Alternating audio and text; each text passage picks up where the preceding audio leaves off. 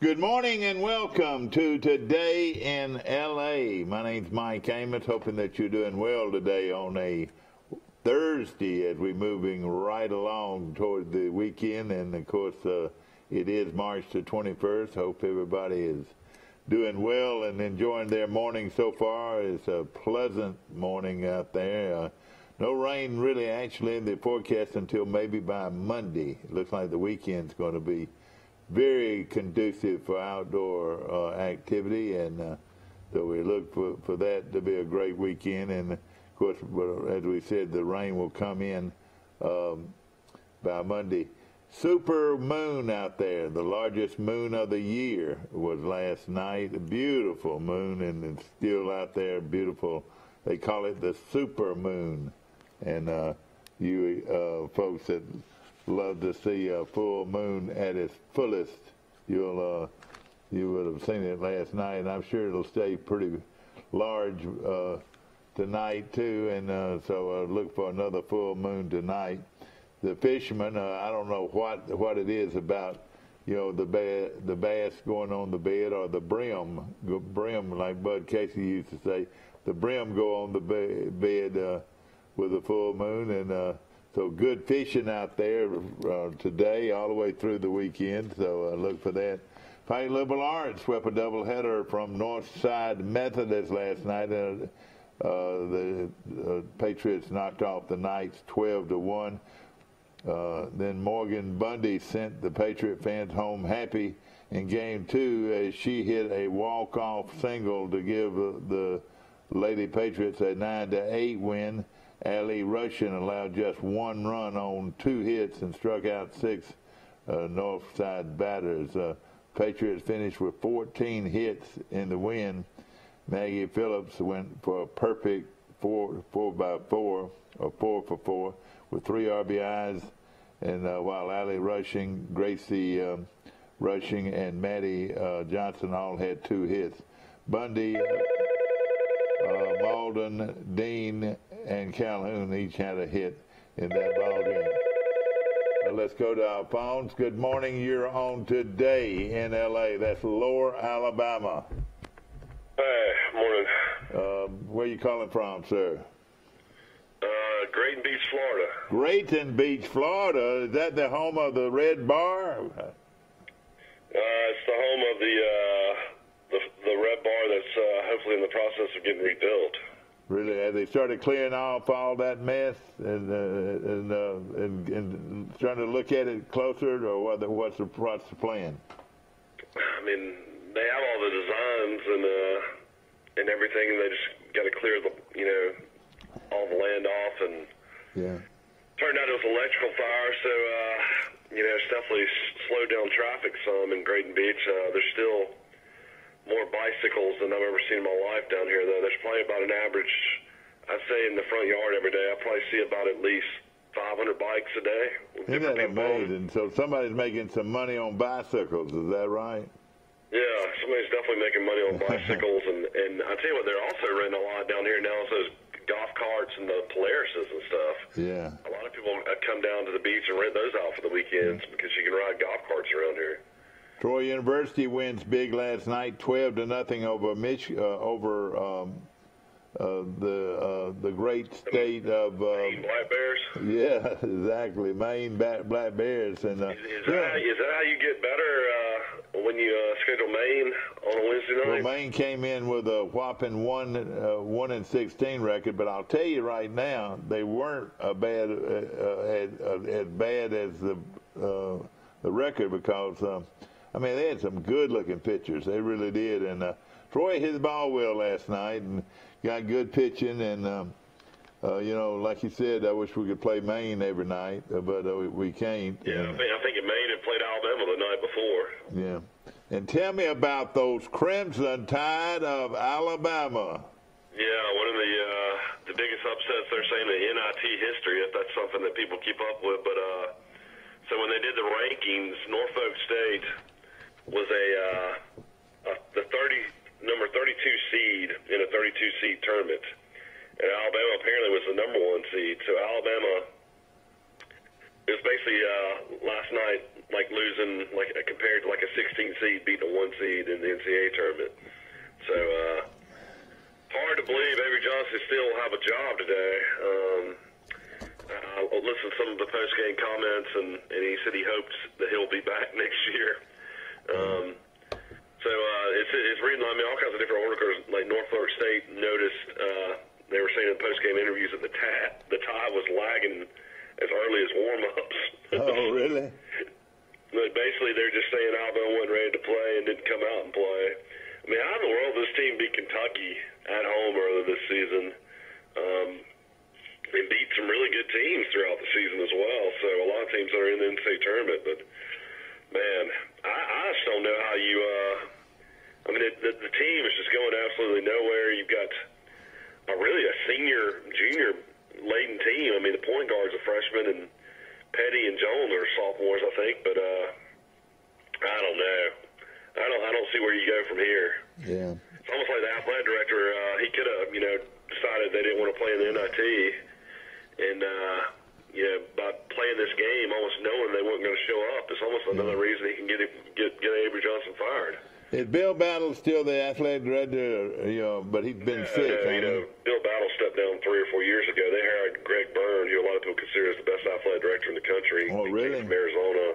Boy, where have I been? He keeps a low profile, doesn't he? And previously, he was the athletic director of Mississippi State. But I would think that there will be a lot of fans, just from reading the comment section on AL.com last night. There was over 500 comments after the game last night. Man. Game went to overtime, and Alabama actually had the shot to win the game. And for some reason, they went to Riley Norris, who had not scored a point the whole game, the fifth-year senior. And his shot from about 10 feet barely hit the rim. Oh, boy. He's scared. That means he was scared to death. Exactly, yeah. Kind of just tells you that the players, I mean, I don't even think Dante Hall had a point until overtime, the kid out of Laverne. Yeah. He's been like a double-double machine all year. They just don't have any shooters. They have no shooters. I mean, they have a few guys that are slashers to the basket. They have nobody that can consistently hit a three, and nobody that can basically, get a shot anytime they need it. And that's just recruiting and also poor coaching. We got to set these guys up for open looks. No question about it. Of course, we got a huge. Did you ever in your life think a guy in Alabama would be making $3 million a year and being this mediocre? I know. The most a coach had ever made at Alabama was I think Anthony Graham made $2 million. Yeah. Johnson makes $3 million. I know. How many years does he have left on his contract? I'm not sure. I think it was only a 4-year deal, so this is 4 years right now. Well, they better get him now. They're gonna get him then. Actually, they gave him a contract extension. See, that's where all these athletic departments run into trouble, because they gave him a contract extension after he won the NCAA tournament last year. Yeah. So I think he's got like a $6 to $8 million buyout, maybe. Are you serious? You'd have to buy that guy out, pay that kind of money? Whoa, man, no question. But, I mean, he's got to know how this works. I mean, like last night, he should have known a team like that. I mean, Avery Johnson played at Southern University, led the country in assists, and, he played the NCAA tournament. I mean, he's a guy that played at a school like that, and, those guys played their toughest. I mean, they played harder than they've ever played in their lives last night against Alabama. No question about it. Of course, Troy University goes back to the practice field today in their second practice of a 14-day schedule, and there's 14 more practice days left in the spring. Of course, they'll finish it up. What's that date, Mike? For the spring game, is that the 18th? What's the deal on it? Should be the 20th. The 20th, and so that'll be when the spring game will occur, and of course also the Hall of Fame banquet is coming. Caleb Barker was really emotional, just talking about how much it meant to be back on the field, and how his teammates stayed with him, and that was good to hear yesterday, having an interview after having that devastating knee injury. That's right, he looks good.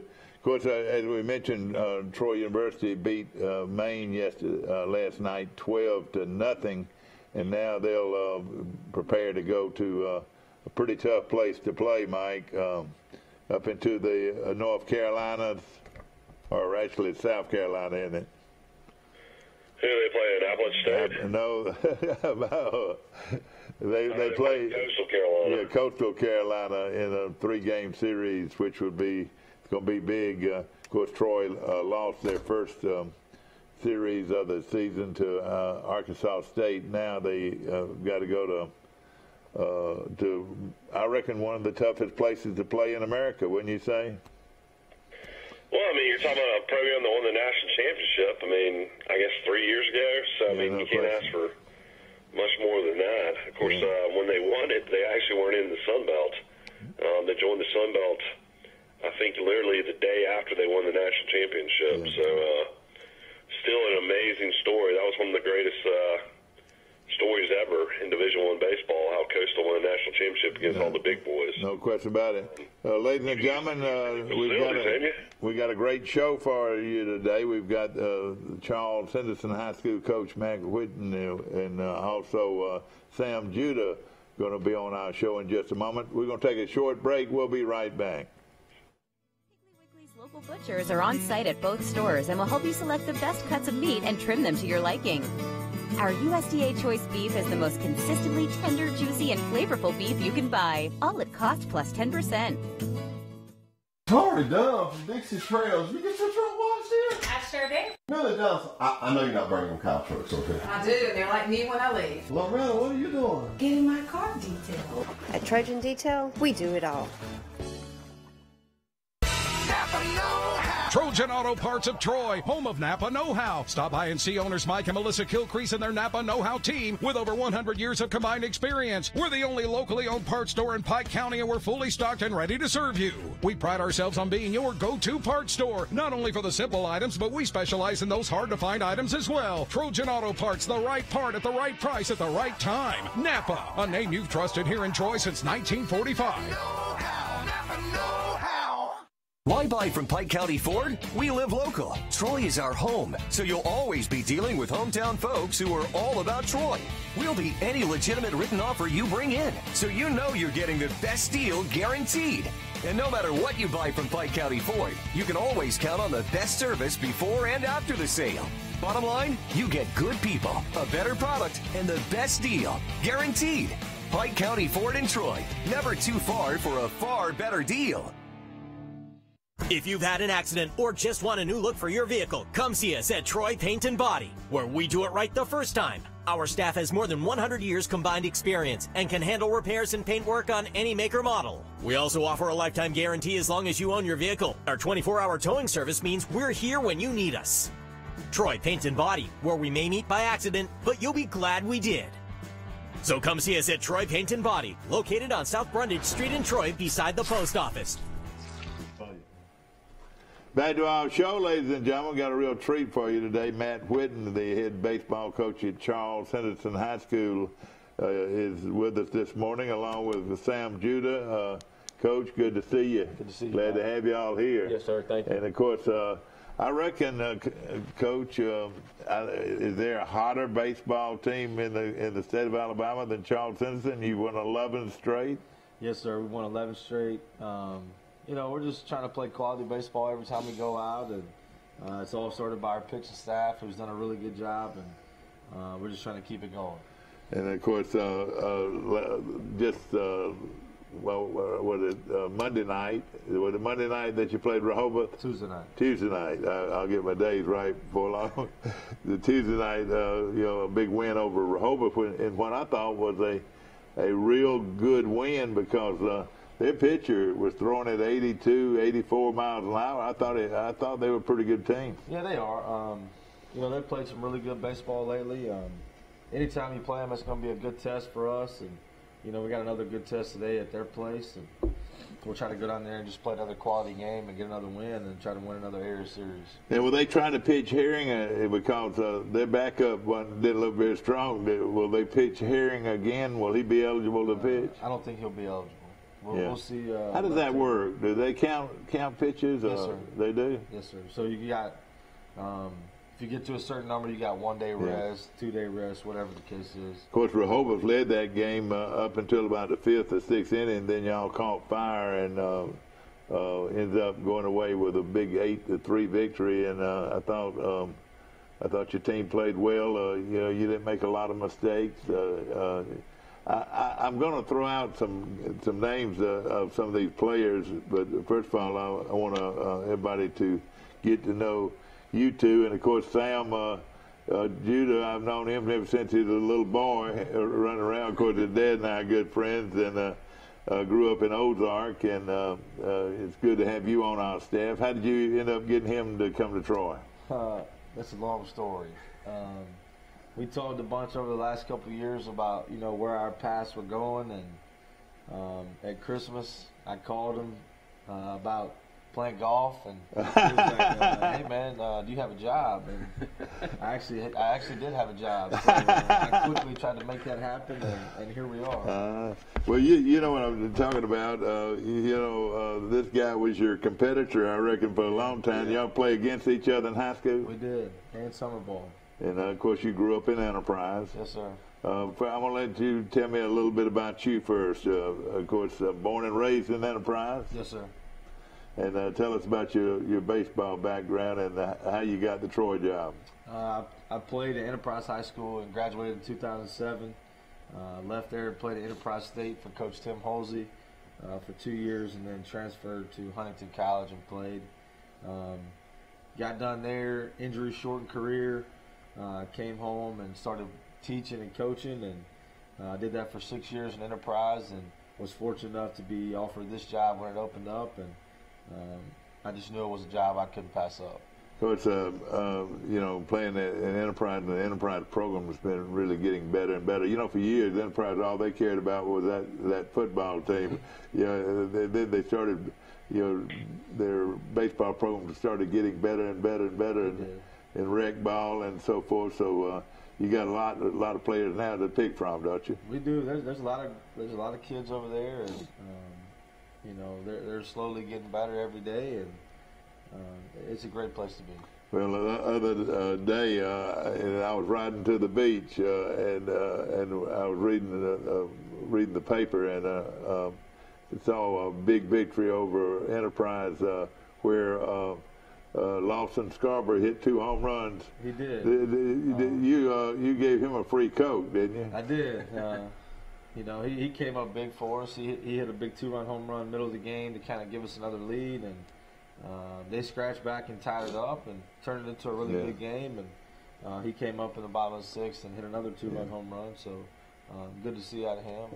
I know that was the biggest thrill. Of course, the catch is out, and a good picture of the senior Lawson Scarborough, and I know he's awfully proud of not only his accomplishments but his teammates, and y'all are off to a great start, 15-3, and coming to Charles Henderson, and there's no question, and of course both of y'all played against them in high school and so forth.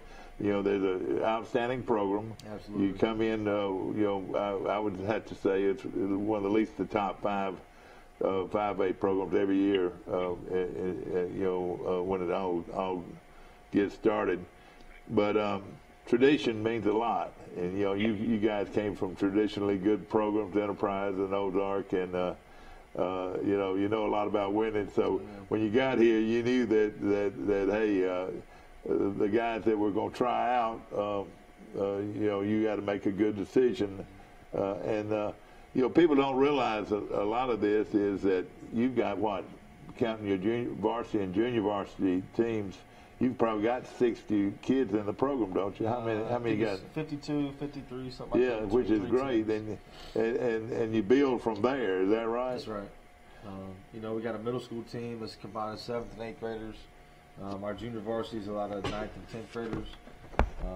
So our deal with that is to develop those kids at a young age and get them instilled in our program and 100% to buy into what we do and just kind of move them through the range till they get to us. Is Sam Kitchen still working with you? He is. Isn't that something? And Mike, you can get a kick out of that.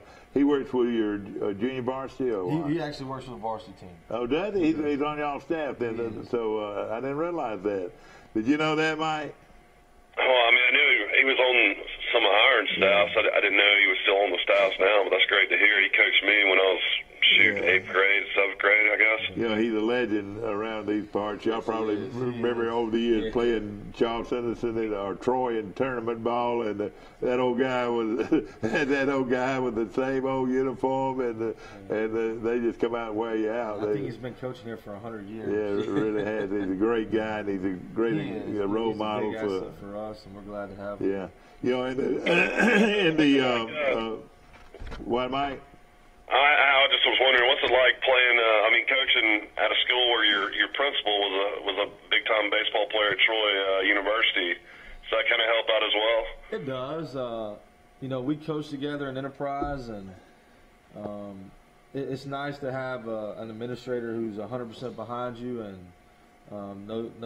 he's got your back at all times. But it's nice to have an athletic administrator who understands, you know, what we go through as far as getting our kids out of class to leave for games. It does help a little bit. So it's very nice to have. Tell us who you're talking about. Brock Kelly. Yeah, and of course Brock Kelly.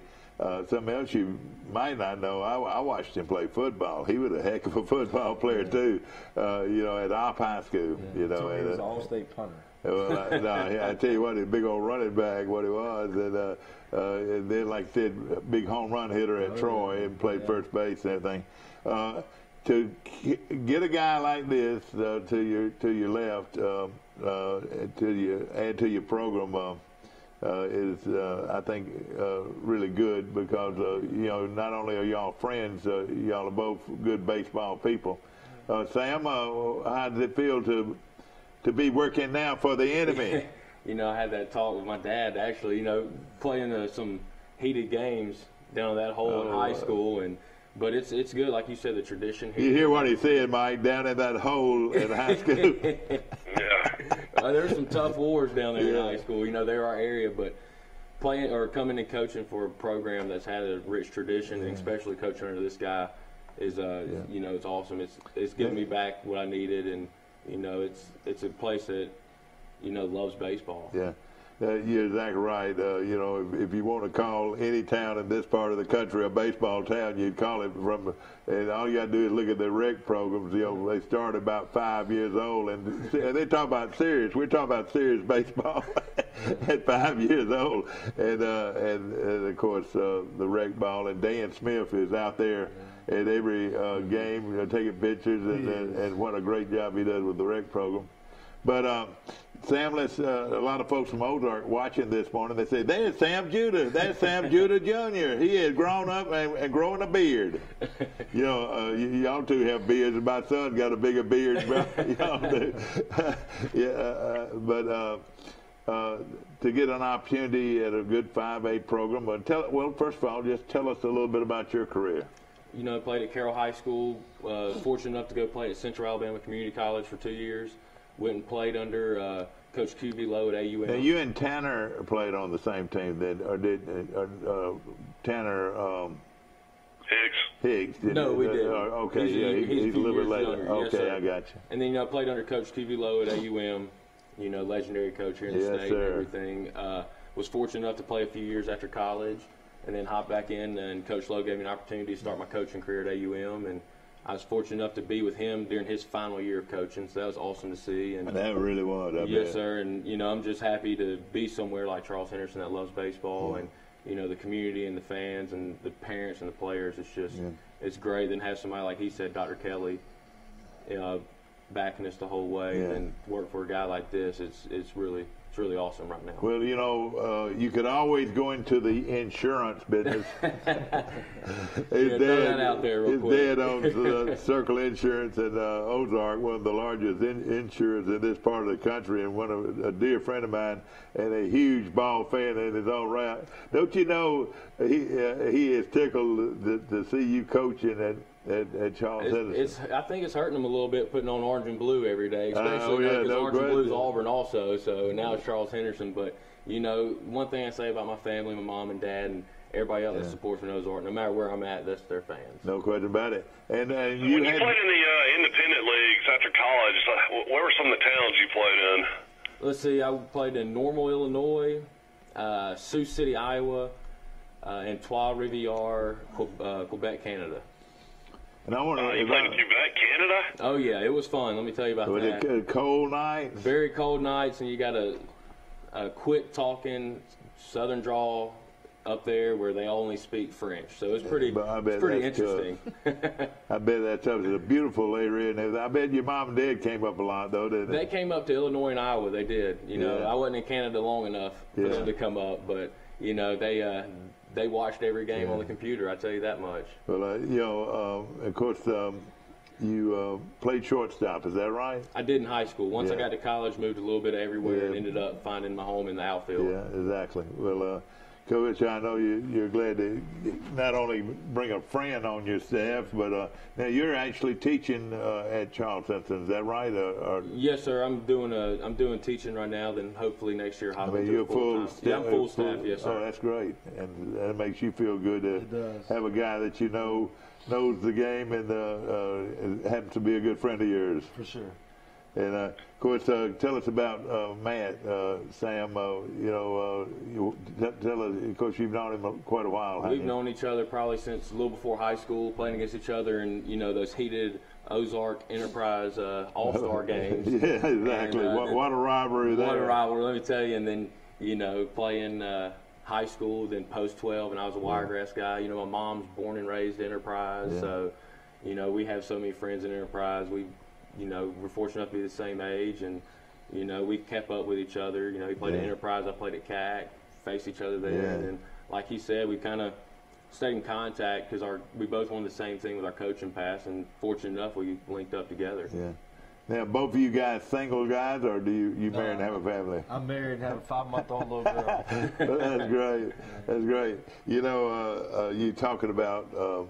And ladies and gentlemen, they mentioned summer ball, and of course you played for the Wiregrass Cardinals. He did. I played for Duncan Post 12. You played for Post 12. You played for Tubbs, Coach Tubbs, and of course you played for Coach Precise. Is that right? Precise and Sammy Fricker. The doctor. You've heard me say this a million times on this show. Dr. Michael Precise. Of course, you know, when it comes to one of the best dental clinics in the country.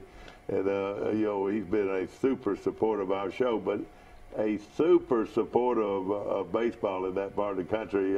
He loves it, doesn't he? He sure does. He sure does. So everybody, and of course, Coach Frichter, did he ever coach you? Did Sammy Frichter ever coach either one of you? That was my guy, yeah. I played under Frichter. I actually coached one summer for one of his travel ball teams.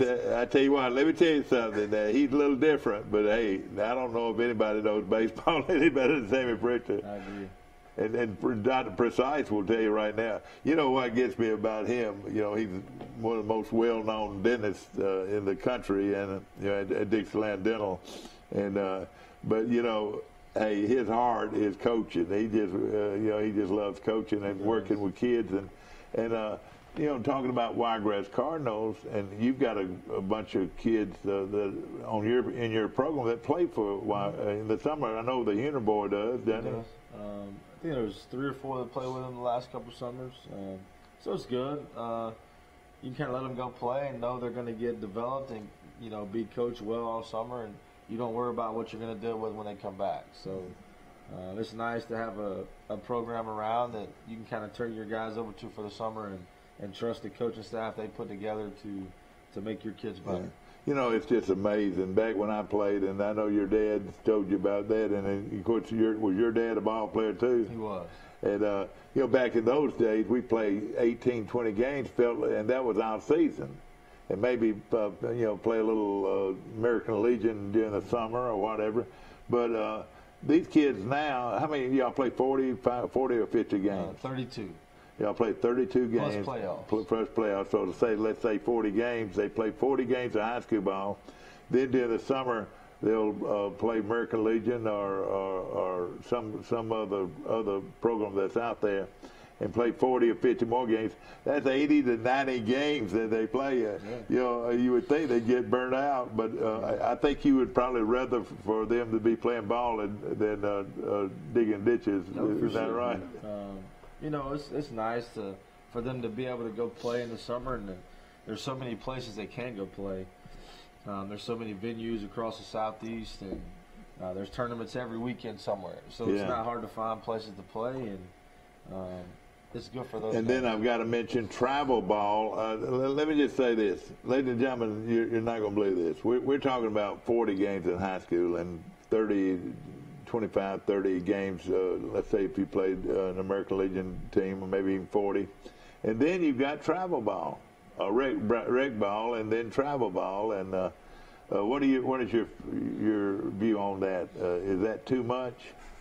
That's a tough question. You know what I'm talking about. Most of these travel ball teams are, a lot of them are at the Little League and Babe Ruth area, or Dixie Boys or Dixie Majors area. Is that right? The issue I have with travel ball is you see the 8U and the 9U and 10U teams, and they're playing 75 games in summer. And they don't get a chance to be a kid. We tell our guys all the time, if you want to play 2 sports here, play 2 sports. If you want to play 3 sports, play 3 sports. Because you never know what your path's going to be when you get to high school. At some point you're going to have to pick one thing and decide on it. And so we try to give our kids some versatility and let them play as much as they want to play.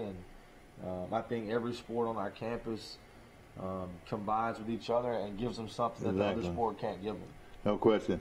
The biggest issue, though, is when you're dealing with pitchers, that could throw out their arms. You see more and more kids in high school with the Tommy John surgeries and stuff. That would concern me as a high school coach, having to deal with the fact, some of my top pitchers might blow out their arms in the summers when they're not even playing for me. Yeah, for sure. I think one of the main issues with that is you've got kids who play in their local rec department, and they're obviously the best pitcher on their team, and head coach wants to be the all-star coach, so he's got to win the league, and so that kid winds up throwing his 6 innings a week with his rec ball team, and then he plays Saturday and Sunday with a travel ball team and throws 10 more innings, and next thing you know, he's throwing 300 pitches in 6 days, and there's no recovery process for him. I think the biggest issue with that is there's no recovery in between throwing. So they just throw, and they do nothing to help themselves get back to a healthy state. Yeah.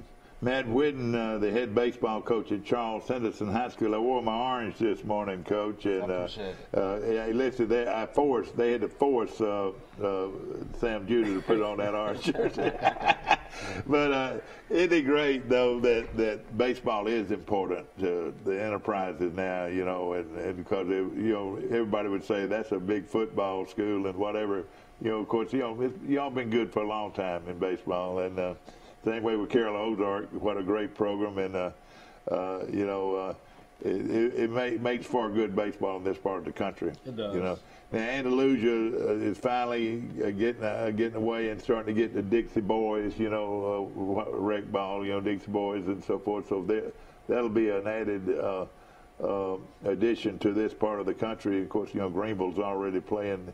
We're talking about rec ball and so forth, developing these kids. But the sad story is, and I say sad story, like during football season, you got kids that are playing baseball in organized baseball or with these road teams, what do you call them, travel ball, in November and December, and into January. They're playing, instead of playing another sport, they're still playing baseball. Yeah. So a lot of these kids might play 100 games, you reckon? Yeah, it's turned into a year-round deal almost. Yeah. And if our guys don't play another sport, I don't have a problem with them playing in the fall. Yeah. I like to see them play in the fall. They get some more at-bats. We try to be very weary with our pitchers who play in the fall. Obviously, because there's got to be a rest time for those guys, and but the good thing is they can go get some at bats and see live pitching, and when they get back to us in January, they're a little bit ahead because they've been seeing them for the last 2 months. That's right. And of course, it's good that baseball is so important. If you're a baseball man, then the baseball coach is good. That baseball is very important. Was it like that with you? Did you play a lot of games? Did you play any other sports? I played basketball in high school also up to my senior year. But when we were in high school, there really wasn't the travel ball. Yeah. It hadn't hit yet. So you played your 30 games of high school, then you went and played 30 games in the summer. In the fall, if you didn't play basketball or football, you didn't, because travel ball wasn't around yet. And what I'm saying, and like what we're saying, and I'll leave it alone, but these kids are playing 80 to 100 games. If you add in all these travel ball games and rec ball and so forth. And also, I'm a huge guy on rec ball. I say play rec ball and represent your team, Ozark, or represent Enterprise, and then if you want to play travel ball, play with that after the season. But let me get back to the high school baseball, and of course that's I have a question as far as your pitch count each week. As far as your pitchers, how many innings can your guys go each week? Can they go 7? I guess? We've actually gone to a pitch count rule instead of innings. So any guy that throws below 25 is free to throw the next day. 26 to 50 is 1 day's rest. 51 to 75 is 2 days rest. And then 75 to 120 is 4 days rest. Well, yeah. Let's take a look at you. It's not like in softball. We had the softball coach on the other day. I mean, apparently a softball pitcher can pitch as much as they want to. Yeah, they play a tournament. I think the same pitcher throws all 10 pitches. Isn't that amazing? Hey, how's your buddy, the old Enterprise coach? I met him a couple times. I'm going blank on his name. He went to Spanish Ford. How's he doing down there? Coach Pruitt, yeah. They're doing good. I had a big win Monday night. They beat Bob Jones out of Madison, who is on paper got to be the best team in the state. They've got 2 Auburn commits, 2 Alabama commits, and a Texas commit. Oh man, that's the first 5 hitters you see in the lineup. Yeah. But they're doing well. They're playing better. They got some really good arms and really good players. So I think they'll be fine down there. Yeah. Now, one thing about baseball now, little different than back when I was growing up. You know, we played baseball, basketball, and football, and whatever. Most of your baseball players now are playing one sport. Is that right? Yeah, we've got 6 or 7 who play football, and about 3 who play basketball. So we've got 10 or 12 more guys. Than usual. Yeah, that's right. Our middle school group. A lot of those guys play 2 sports. They either play baseball, football, or baseball, basketball. Yeah.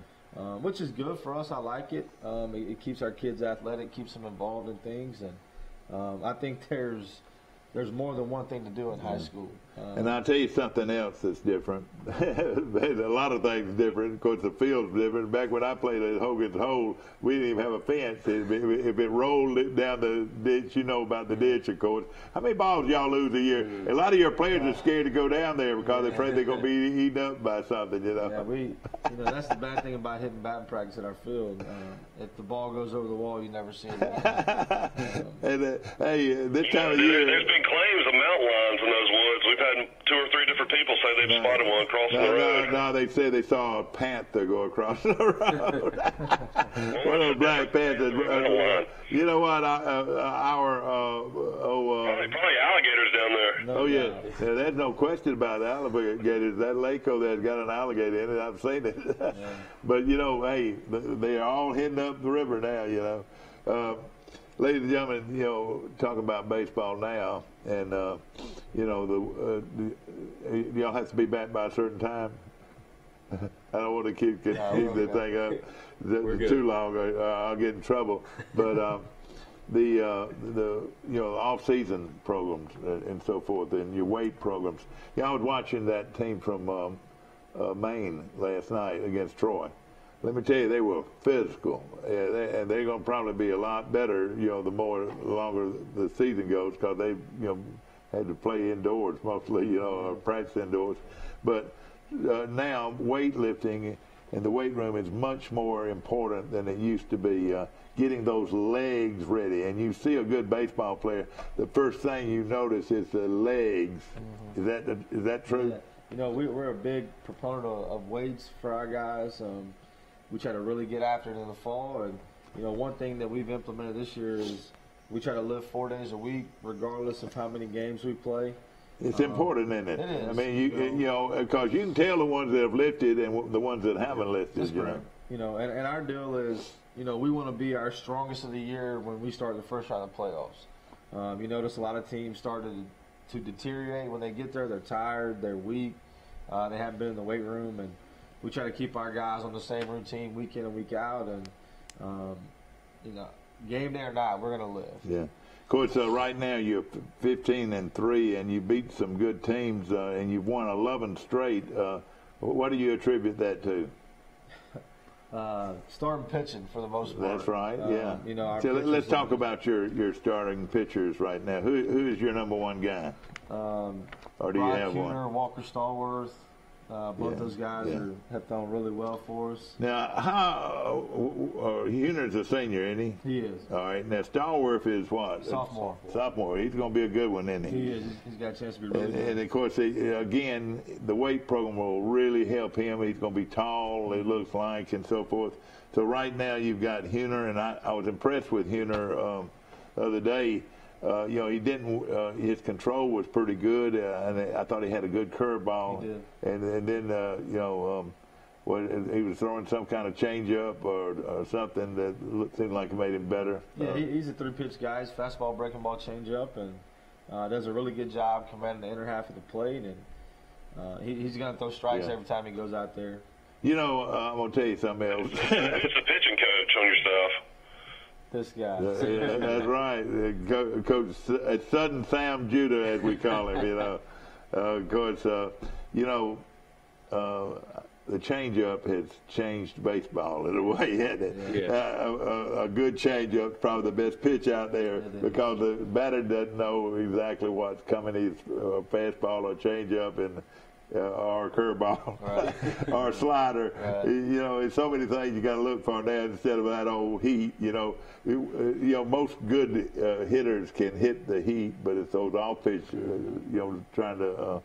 How do you work with a kid to develop that against it? I'm sure y'all work on it every day. I mean, we work on it, spinning the breaking ball every day, throwing a changeup every day. We do walk downs. I shorten it up just so they can get on top and feel a little spin. That's a big thing. Like you said, anybody can hit a fastball. Every team, if you leave a fastball down the middle, they're going to hit it. So we have to learn how to throw in, get them off balance, throw some type of breaking ball away. And, I'm proud of all of our kids. All of them have really taken off and found a second pitch, and the ones that had a second have found a third. So now you hit a few batters, but I don't think he walked, but just a couple of batters the other day. And finished with one walk and 2 hit by pitches. Yeah. And again, good starter. Now, tell us what you have in Stallworth now. All these kids come from Huner's dad was a pitcher in college. And comes from a great baseball background. So does Stallworth. His dad played at Troy. And tell us about him. He's very similar to Brock. He's a 3-pitch guy who's going to pound the strike zone and really compete. So we feel like every time. Does he throw pretty hard too? Yeah, 80, 82. Well, that's pretty good at that age, isn't it? To me, the biggest exaggeration in the world is that guy throws a 90-mile-an-hour fastball. Or hey, if he throws in the 80s, he's throwing pretty fast. Yeah. They had that machine at Mike. You've done it yourself. We used to go to the Braves games. The greatest pitcher of all time, Greg Maddox, threw what, 87? I don't know if he threw that hard, but he threw it exactly he threw it exactly where he wanted to throw it. That's right. But something that everybody says, he throws 80 miles an hour. Well, at the Atlanta games, they used to have that machine there, and everybody would walk up and see how fast you threw the baseball. And I'd ask the guy, I'd say, do y'all have any guys that can really throw it? He said, most of the people here think they've done well if they threw it under 80. So they very rarely ever saw a 90-mile-an-hour fastball. I mean, it's God-given, isn't it? It is. But Walker's a guy who's going to compete every time he goes out, and you feel very comfortable when he takes the ball and gets on the mound because he's going to compete and give yourself a chance to win. So he and Huner, and of course, both of them are what does Huner play when he's not pitching? Shortstop. And all right, now you've got those two. Who else throws? Anthony Gerba is another starter. Yeah, boy, I like him. Gerber's a shortstop. He looks like a player. He does. He's done really well for us.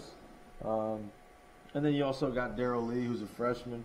Now, man, he is something, isn't he? He's going to be good. Just a freshman. Just a freshman. Right-hander or left-hander? Left-hander. And he plays right field too, doesn't he? He does. And how good is he going to be? He's going to be one to look out for. Yeah. I mean, he's going to get big and strong. Yeah, I've never heard of too many ninth graders starting at Charles Henderson. Yeah, he, you know, we thought he could pitch for us, so we went to Enterprise and gave him a chance. And shut him out, didn't he? He threw 4 2/3, 2-hit baseball, struck out 7. And we were like, man, we got to give him another shot, you know, after that outing. Yeah. And so the next week we give him the ball again against Andalusia. And he goes into the top of the 7th with a no-hitter. Isn't that amazing? Gets the leadoff guy out and winds up throwing a complete game, 1-hitter, 8 strikeouts. You know, and he kind of solidified his role for us. And he went around I grew up evidently. with Brian Meadows. Dad, I don't even know if Brian Meadows started in the ninth grade for Charles Henderson. I don't know either. You know, I was looking at your schedule, your team here. It actually doesn't even have Lee on there or Gerber on there. So, there's Gerber. Okay, and of course, tell us about Gerber. I've got a new catcher. Rob McCorder's son's doing a good job for y'all, isn't he? He is. Yes. He's a big impact guy for us, and we're glad to have him. And look for big things out of him the rest of the year. And again, he's going to get bigger and stronger. He's only a junior, is that right? And so forth. All right, so right now on your staff, you got Henner and Stallworth, and you can throw Lee. So that's 3 pretty good ones right there. Anybody else? You know, Jackson Giles is a bullpen guy for us. You know, I was surprised that Jackson and this William Giles. I don't even know who William Giles is. I know Jackson Giles, but I don't know who made the mistake there. But he's a guy that can help you. I mean, he's a good athlete, isn't he? Yes. You know, he came in the other day against Providence and threw 2 1/3 hitless baseball, and they were the #1 team in 3A. Yeah. You know, but he came in and he did his job. He gave us a chance and kept the game right where it was, and allowed us to get a big hit late to win it. So we'll rely on him heavy out of the bullpen, and he may have a spot start here and there. And Caden Bryan comes out of the bullpen for us, and Jalen Deveridge. So we got 5 or 6 guys who can come out of the bullpen and help us. And well, let me tell you something about Brian. And, you know, I've done a lot of baseball games over the years, and we did the game live the other day. And Brian is as good a left fielder as I've seen in a long time. Now, correct me if I'm wrong. He's a good player. What he did a few times that people didn't realize, he, you know, on those 2, they hit a couple of long balls and they hit a couple of base runners.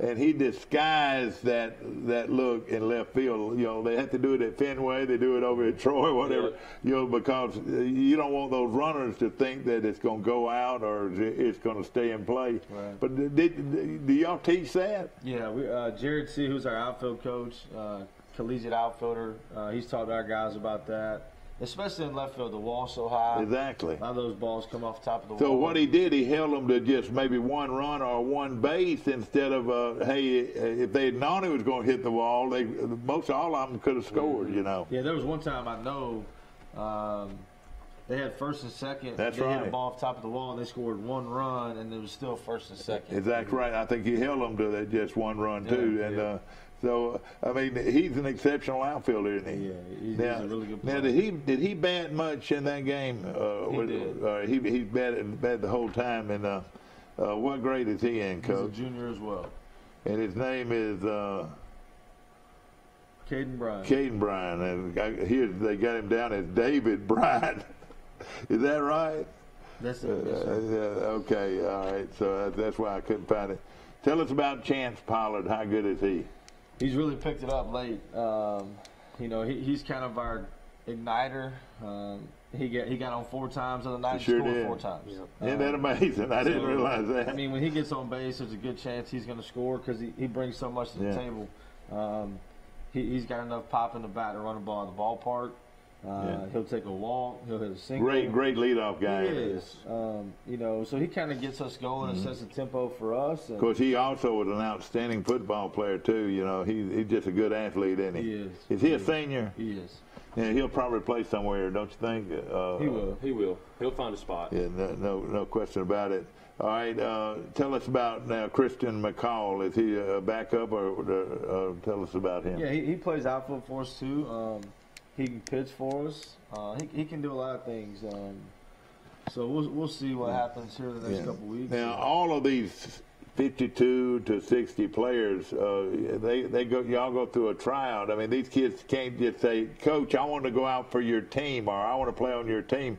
You got to go through a pretty rigorous tryout period.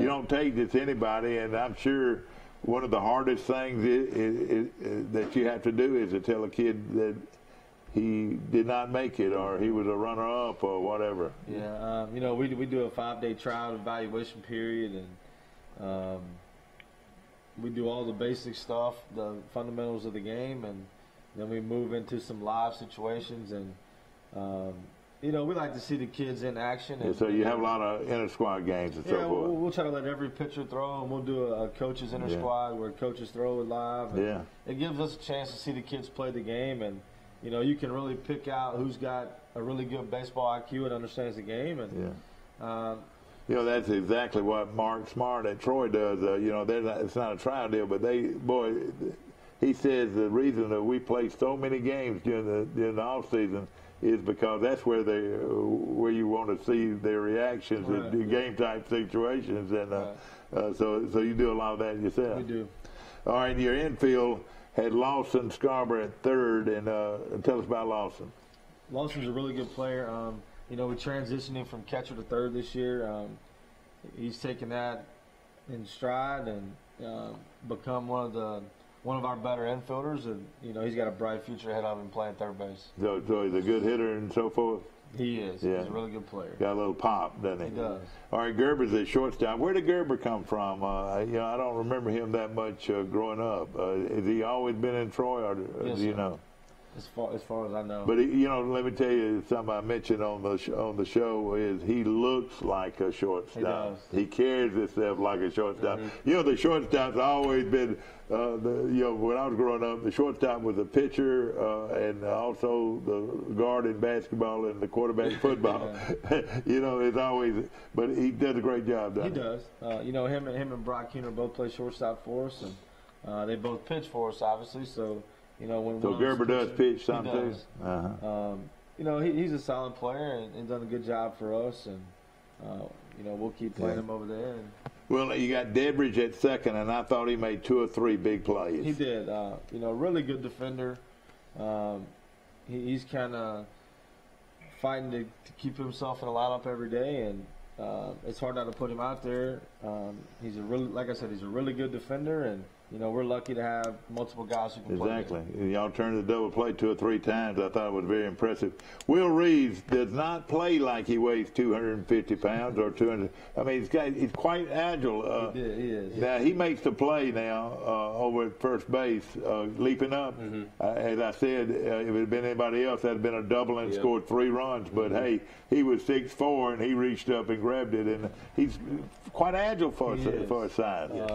He moves around the bag well. He's got good hands, and you're right. He doesn't move around like he's 290 pounds. That's right. Got a little pop, and he does. But most of your team has a little pop, don't they? They do. They hit the ball pretty good, don't they? Yeah. We try to keep our guys aggressive and hit early and aggressive counts, and it's paid off for us the last couple of weeks.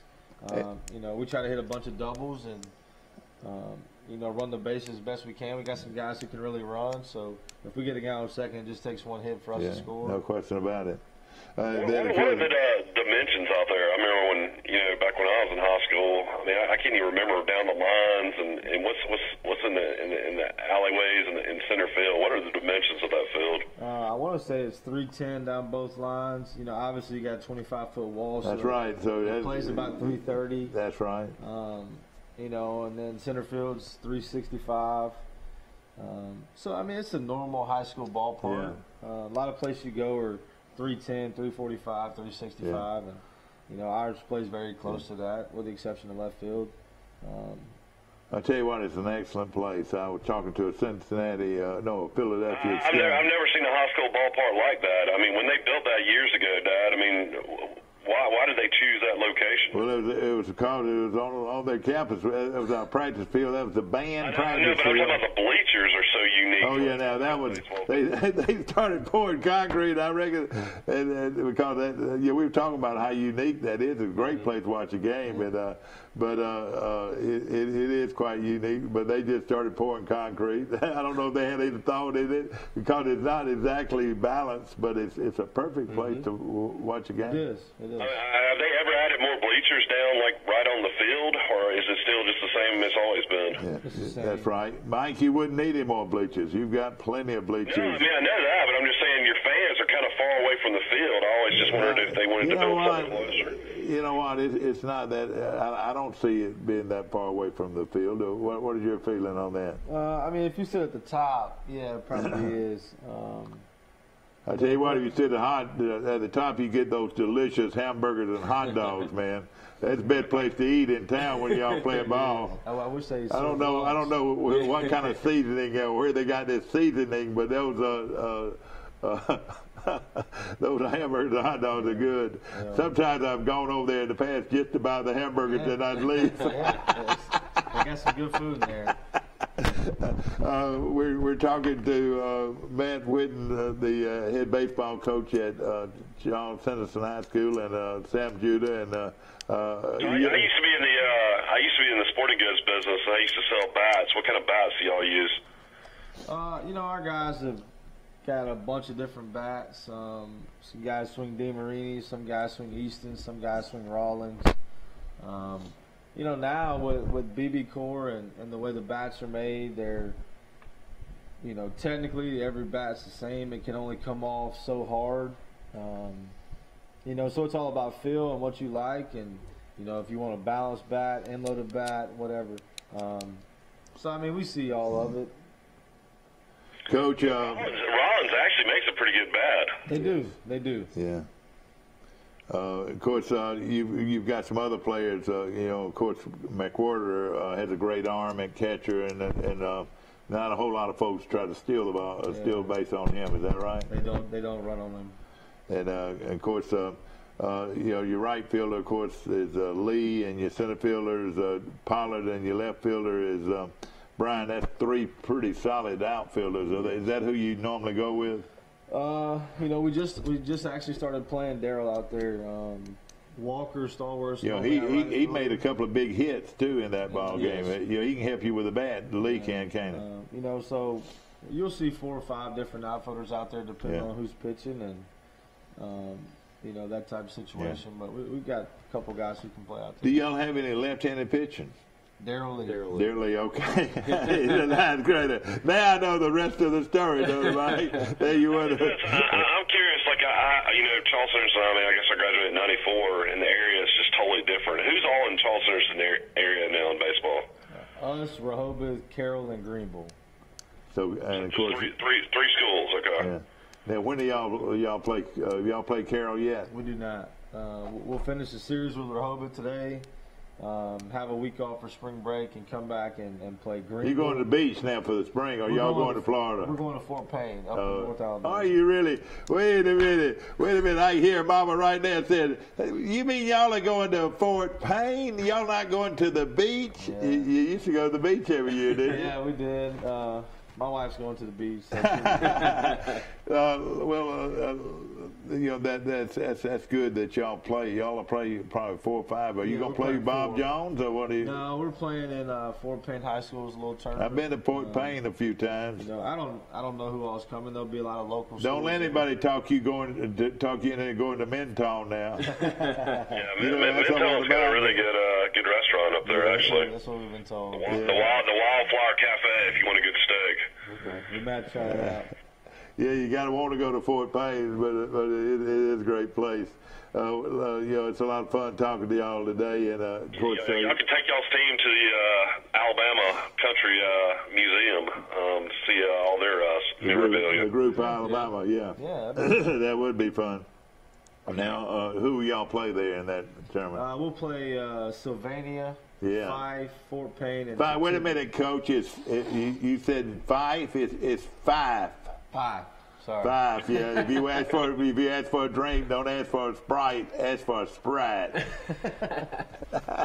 These are country folks there. Yeah, All right, you gonna play Sylvania? Hey, y'all liable to get in a fight now. All right, Sylvania and who else?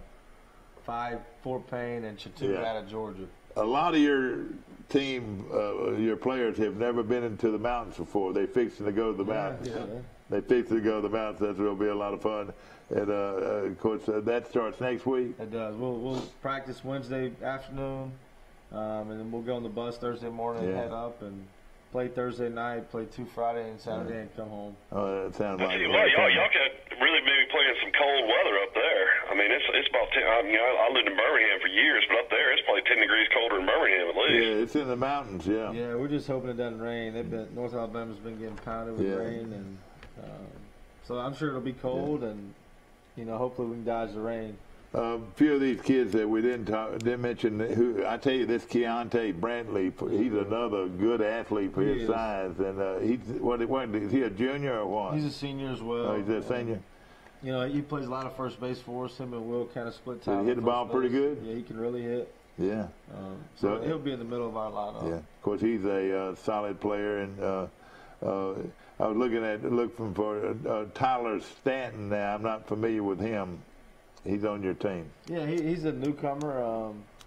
First year on varsity. He's been hurt. He pulled a muscle in his back, so we hadn't seen him play yet. Good kid. Extremely hard worker. Yeah. So as soon as he gets healthy and is 100% back to full health, we'll see what he can do. How about J.B. Sanders? I know he's a heck of a football player. Is, a sophomore, very athletic. Yeah.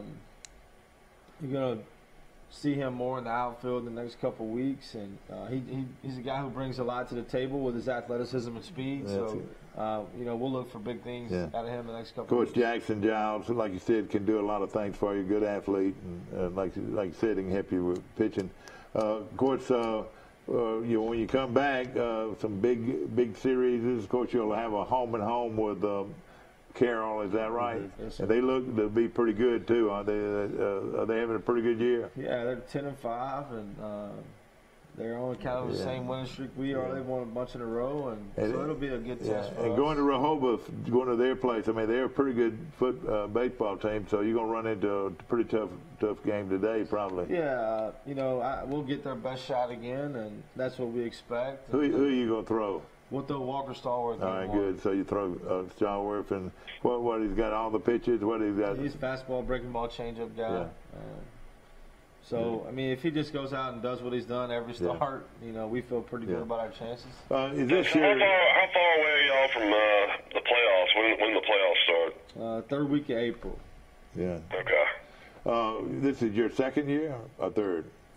First full year. I took over in March of last year. How was that? Didn't you come in, basically in the middle of the season? That's kind of unheard of. That was a lot of faith on your part to do that.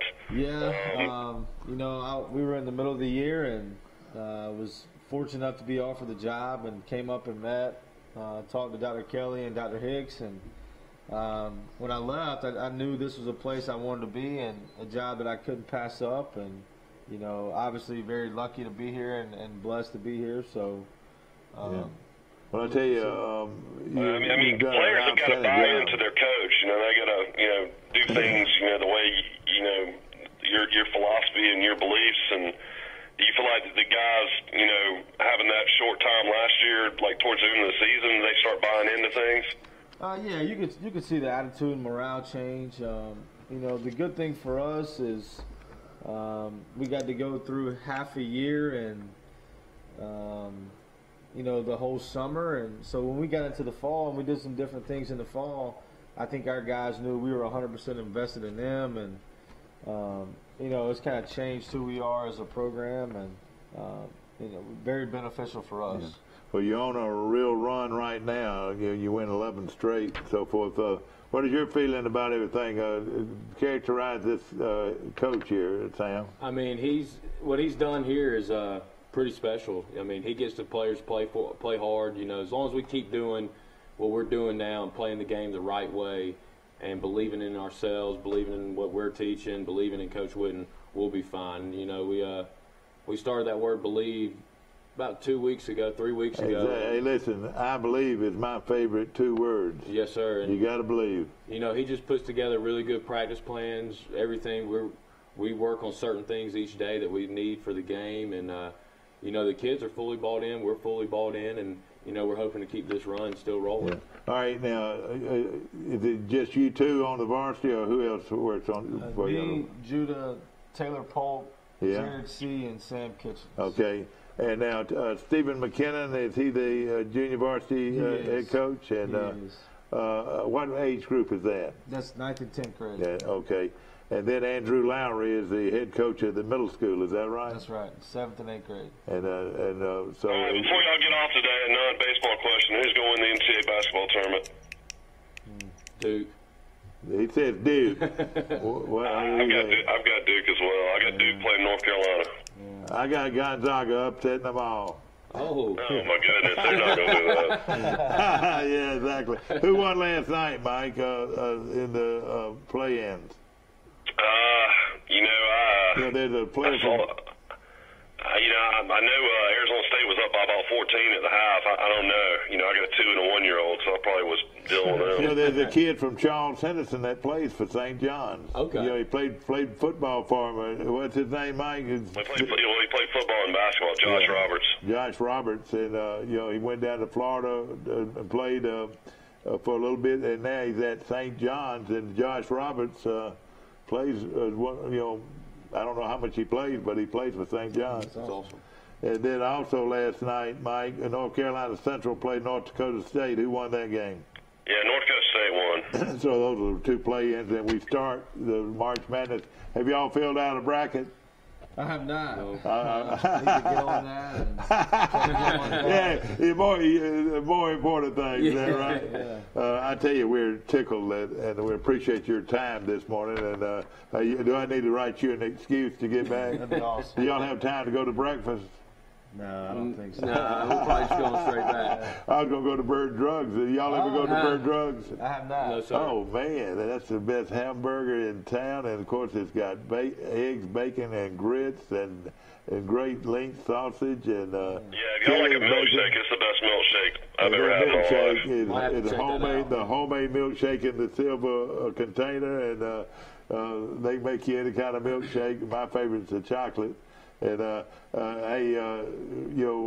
downtown Troy, good food. Of course, Sisters, Maine, the University of Maine, ate at Sisters yesterday. I was eating lunch, and I said, "How are they going to feed all these folks?" But surely they expected them. But I asked some of those kids last night. I was sitting right. You think all that fried food made them sluggish? No, I said, did y'all enjoy that food y'all had? They said, oh, yeah, we really did. Yeah. Like if you'd gone over to their place, you would have wanted lobster roll. Lobster, and if they want to come here, they want some fried chicken. That's what they wanted. But it was a lot of fun to watch those kids yesterday, and isn't it great to be able to play and coach in a college town? Yeah, for sure. Yeah. Do y'all ever? I know y'all are busy. Do you get out and watch them play at all? Yeah, we went by and watched them last weekend early, and we'll go by and watch practice every now and then, and talk to Coach Smart and Coach Gerke a pretty good bit, and so. Yeah, and one other thing, like when you're not practicing and so forth, y'all lift how many days a week? 2 or 3 days, or how do y'all do that? We lift 4 days a week, off season and in season. Yeah, so off season's a little bit more rigorous than the in season workout, but. But weights are becoming a big part of it, isn't it? Yeah, absolutely. Yeah. If you don't do it, you're behind. I got you. So. Well, I tell you, it's a great program you've got going. It's a great venue. I love to watch a game there, and we're going to be doing some more games there, hopefully, the remainder of the season. thank you so much for coming. I tell you, I appreciate it. Thanks for having us. Sam Jr. will be signing autographs outside. He's a movie star. He has to sign autographs every day. Yeah, exactly. But you've done a great job, man, and we're so proud that you're in Troy, both of you, and we look forward to watching your team. You feel like this team can make a run, and right now it's making a pretty good run, but on down the stretch you feel like you've got the maturity and confidence to go a long way. It's like we tell our guys all the time, we're only as good as we want to be, and we're only as good as, what we were yesterday. We got to get better every day, and there's always something we can work on. And, I think when we play with a lot of energy and passion and play the game the right way, I think we're as good as anybody out there. Well, I know this. You like to bunt the ball. Even McWhorter was bunting the ball. I didn't normally agree with that, but hey, you better be able to bunt. Funny story. Saturday night, he comes up. We're down 1, got the tying and winning run on base, and we decided to let him swing it instead of bunting it. Traditionally, and getting your winning run at second. And he hits a 3-run home run to hit a walk-off home run. And so we were kind of laughing and talking about it, and we were like, hey, man, that same situation comes back up. That's our one free pass. We got to bunt him. I watched you. I think one time that you called time and you jumped on a kid pretty hard. And did he just not pick up your signal, or what happened? Who knows? It could have been multiple things. I tell you what, it's a lot of fun, and we're so proud that you. Yeah, good luck to you guys. I enjoy speaking to y'all. Yes, sir. I'm really proud. Charles Henderson alumnus, and I'm glad the baseball program is getting turned around. Yeah, thank you. Mike, hold on, if you will. Again, thank you so much. Yes, and thank you, we're going to go on break. We'll be right back. Coach Matt Whitten and Sam Judah, our guest this morning on Today in L.A. You're on Facebook Live. Yeah. You went out today to 2 billion people. That's how many people are on Facebook. Awesome. Or you went out to a potential 2 billion people. Thank y'all so much. We'll be back. Thank you. Dixie Trails. You get your truck washed here? I sure did. Billy Johnson. I know you're not bringing them cow trucks over here. I do. They're like me when I leave. Loretta, what are you doing? Getting my car detailed. At Trojan Detail, we do it all. When you are handed the key to a new Bill Jackson Chevrolet Buick or GMC, rev up your imagination. Think of all the places you can go in some of the most stylish, best quality cars available on the market today. Feel confident driving vehicles with superb dependability and safety ratings. And smile. You saved a ton of money because you bought at Bill Jackson. Let the only thing holding you back be the end of the road. A Bill Jackson Chevrolet Buick GMC vehicle will not only change your life, it saves you money like nowhere else. Have you seen an increase in your insurance premiums or significant change in your insurance coverage? Let Sandbeck Insurance offer you a better plan to suit your business or personal needs.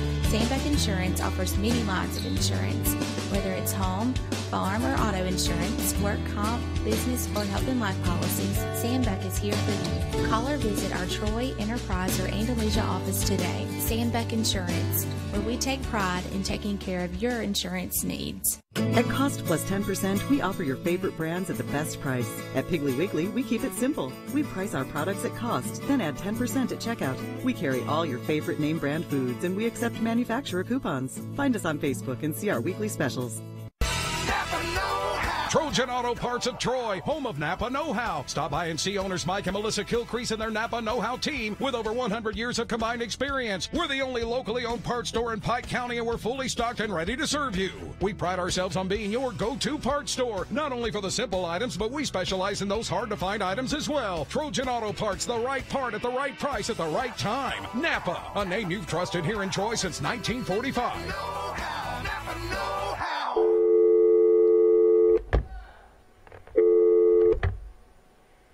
All right, here we go. Back to our show, ladies and gentlemen. We appreciate those guys coming and being on our show this morning. Mike, we got you holding, or Will? I'm on. Okay, all right. We're going to bring Mike Amos in here right now, and we should have them all. Okay. All right, Will, are you on now? Mike Amos, are you on? Yeah, you got me. Okay. Let me see about what we can do here. We're going to put them on hold. We're going to talk about our brackets. There we go. You got both of you now? I'm on. All right, Mike, you on? Will Matthews is our guest, and of course, it was good to have Sam Judah Jr. on our show today, Will. He's a fine young man. He's a outstanding player and now outstanding coach at Charles Henderson. Of course, he grew up and played at Carroll High of Ozark. You watched him pretty much grow up, didn't you? I did, and he's a great kid. Yeah, no question about it. All right, Will, Alabama loses last night. What do you think that does to Avery Johnson's job? He's a goner. Mike, that team they lost to is ranked 280-something in the country. Oh, man. Well, let me answer this. How do you buy out a contract, though? Or was this the end of his contract? No, he's got an $8 million buyout. Oh, gosh. Oh, me. I just hate to have to pay a guy like that kind of money. But listen, on April the 16th, his buyout drops to $6 million. Oh, okay. So he's gone on April. But bless his heart, and I'm proud for him. He can smile all the way to the bank, can't he? And he'll get another job somewhere. Oh, I know he will. No question about it. Will Matthews is on our show. Yeah. What are you hearing on Troy's search? Well, I haven't heard yet, and I don't know who they're looking for. You know, Bucky McMillan is the high school guy that I've heard not only you say something about, but evidently they're looking at him. Is that right? That's right. And I tell you, I think he'd be great. And he's a Birmingham native, and of course, you know, he's people say will say, can he recruit? Well, I would think he could recruit. Wouldn't you think? He could recruit Birmingham, and boy, if he could recruit Birmingham, he'd get a lot of players, couldn't he? He'll recruit better than that Cunningham guy did. Well, no question. You know, of course, now let me tell you somebody else's name that's popped up. It's Gene Bartow's son. You know who I'm talking about? The head coach at UCLA. Murray Bartow. Yeah, Murray Bartow wants the job, and he's now presently the interim head coach at UCLA. Isn't that something? That the guy that's coaching at UCLA wants the Troy job? Well, he was assistant under Alford. Alford got fired in December. Yeah, but he was named interim head coach, and of course, Murray Bartow is the son of the late great Gene Bartow and of UAB, and we've got a NIT basketball tournament. Our game today at 6 o'clock at the Trojan Arena. Troy University plays University of Alabama Birmingham. Both of them have won over 25 games. Should be a real good one. It's the first round of the NIT that's played in Troy. Yeah, women's NIT. Yeah. But we're going. Yeah, we're looking forward to a big crowd. The admission is just $5 per person, and students get in free. We're looking at maybe 3,000 to 4,000 people at this game, hopefully. That'd be great. And of course, our basketball coach, Shauna Rigsby, has done a super job coaching this Troy team. I think the last 2 years she's won last 3 years she's won over 20 games. Of course, looking at your brackets now, you can add Belmont, North Dakota State, Farley Dickinson, and Arizona State to the brackets now. Is that right? Yeah, but they'll all lose the next game. Yeah. Of course, what time these first games start? You've got some of them starting as early as 9:50. Well, let's see, a.m. 11 o'clock this morning. 11 o'clock this morning they'll start, and ladies and gentlemen, March Madness will be underway, and it should be a lot of fun. Some of these early games, Mike, Will, I was trying to figure it. Oh boy, I was trying to figure out where some of them are. that we would be interested in. Well, Duke's a 27-point favor against the team they're playing. Oh, who is? Duke. Oh gosh, yeah. They're liable to wear them out, no question. But I'm trying to figure out where some of the first games we'll be able to see, and I'm not able to do it. Alabama was a 15.5-point favorite last night and lost. Gosh, that's terrible. That's terrible. Well, 15.5 points in basketball is a lot. yeah. They're just not a good shooting team, and of course did the game go into overtime? They lost by a point. Is that right? Oh yeah, the game went into overtime, but it was a miracle. It went into overtime. The Norfolk State was up by 2 and had the ball and turned it over in the backcourt. Mike said Alabama had a chance to win it at the end, and a guy didn't even he hit the rim, I think, something like that. Well, that was Norfolk State had a chance to win. You mean I reckon this was in overtime that he was talking about. In overtime, Alabama had a chance to win. It was only a 1-point game, and they had the ball, but they didn't get a good shot. Well, it's going to be a great tournament, and we're looking forward to it. You know, one thing about this, of course, Duke stands out, and so does a few of the others. Gonzaga's one of the prime teams. Virginia is the number 1 seed, and so is North Carolina. But, I don't think anybody really knows who's going to win this thing. What do you think? Well, I don't bet on basketball. I never would because but I would think Duke would have the best chance. Yeah. Listen to this. The Tide Alabama assistants to receive $7.5 million in 2019. These are assistant coaches at Alabama. Steve Sarkisian, the offensive line coordinator, earned a 3-year deal totaling $4.8 million, which would pay him $1.55 million in 2019, $1.65 million in 2021. So they're going to pay your offensive coordinator $1.5 million a year to do that job.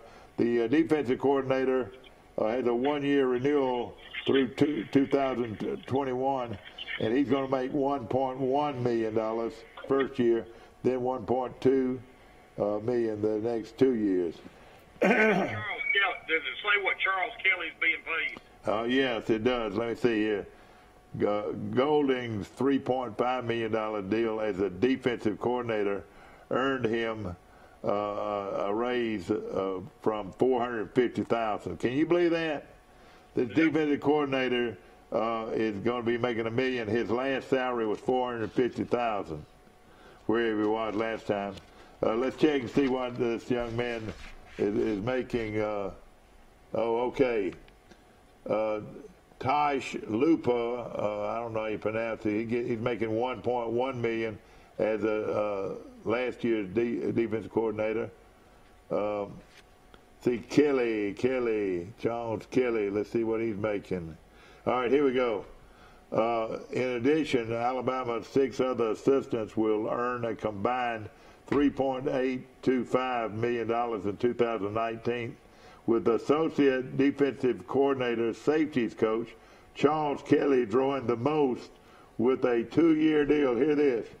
A 2-year deal at $800,000 annually. Yeah. They're going to pay him $800,000, and he's from Dale County, isn't he? He's from Ozark, yeah. And guess what else he's getting? What? This year alone. All right. $1,050,000 from Florida State. What, a buyout or what? He had a contract. He had 2 years left on his contract at $1 million this year, $1,050,000 next year. All right, so he was fired from his job, and that's his buyout. Is that right? Well, he wasn't. Let me tell you what happened. when Jimbo took the job at Texas A&M.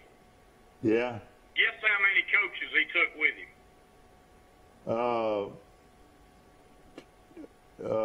12? 0. He didn't take any of his coaches with him? He didn't take any of his coaches. Are you serious? Charles had a 2-year contract, which they had to buy out. And so, anyway, he's getting $1 million for 3 years. And so he worked at Tennessee this year for like 300-something thousand plus the million he got from Florida State. Yeah. It's amazing the kind of money they pay them now. Big money. And Charles is loving Tuscaloosa, and you know it's. Well, now let me tell you something that'll surprise you even more. The conditioning coach Scott Cochran was paid $595,000. We're talking about the weight coach, and second year director of player personnel. Well, let's see. Well, that's what they're paying him. They're paying him $595,000 to be the strength coach. He is the highest paid strength coach in the United States. That is amazing, boy. Of course, Auburn's got a big game. Do they play today? Yes, they play today at 12:30. So that'll be the game you want to watch. It's on TNT, televised on TNT. What is that? 48, channel 48 on Troy Cable. Somebody tell me what that channel is on Troy Cable. 44. It'll be on channel 44. Alabama opening up the NCAA playoffs with the University of New Mexico, or New Mexico State University. So that could be a pretty good game. If they get by that game, talking about Auburn, I think they are going to have a shot at at least the Sweet 16. Their bracket. Well, they'll play Kansas. They'll play Kansas the next game. Oh, well, that's pretty tough. That's pretty tough to play Kansas. So they'll play, like we said, again today at 1:30, Auburn and New Mexico State. And then at 4 o'clock, you've got Kansas and Northeastern. So you'll be able to see both those teams play, and it should be a lot of fun. As March Madness gets started, wherever you are, and of course these brackets, if you haven't filled them out, you need to get them in soon and make your predictions for the tournament. Will Matthews has been our guest, and Will very impressed with Sam Judah Jr. Of course, I know you grew up with his dad in Ozark. They're great people, that Judah family. Yeah. Well, you have a good one, Mike. It's good talking to you. All right, buddy. Take care. Will Matthews calling in from Ozark. And we want to mention a few other things that are going on. Of course, as we mentioned, Alabama ended their season last night in the NIT, losing 80-79 to Norfolk State. And it looks like they'll be hiring a new coach after probably the announcement will be later on this month on whether or not they'll keep the coach or not. It doesn't look good right now. Of course, with the tournament comes a lot of fun and a lot of with the brackets. A lot of offices, have a bracket competition and so forth, and it's a lot of fun. And of course, usually the first round, there's a few big upsets, and we'll be looking for that. Take a look at some local sports going on. As we mentioned, Charles Henderson plays a doubleheader at Rehoboth today at 5 o'clock, starting at 5 o'clock. And then Carroll High is at Greenville, a big area game at 5 o'clock. Pike County, Brundage plays at Daleville. These are some local teams.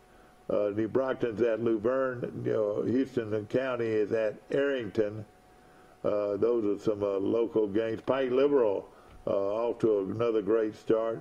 Plays at Abbeville Christian in a doubleheader starting at 4 o'clock at Abbeville Christian. So we'll be watching those games closely. In girls softball, some games out there. Luverne's playing at Zion Chapel.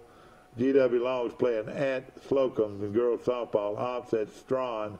Charles Simpson playing at Greenville today in girls softball. And Arrington's playing at Carroll High, Ozark. You follows at Dothan. And Enterprise is playing host to Central Phoenix City. So there's a lot of good ball going on. Looking at Class 5A rankings right now, Charles Simpson with a 15-3 record ranks number 3 in the state behind St. Paul's of Mobile 15-2 and Etowah of Gadsden, who has a 13-3 record. Other teams that are Carroll High of Ozark is rated number 12 in the state with a 10-5 record.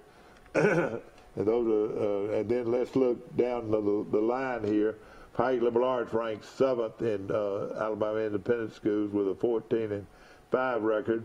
Class 1A looking for Brantley and don't see them. I don't know, that surprises me. Brantley is not in the, oh, they are. They're number 3 in Class 1A.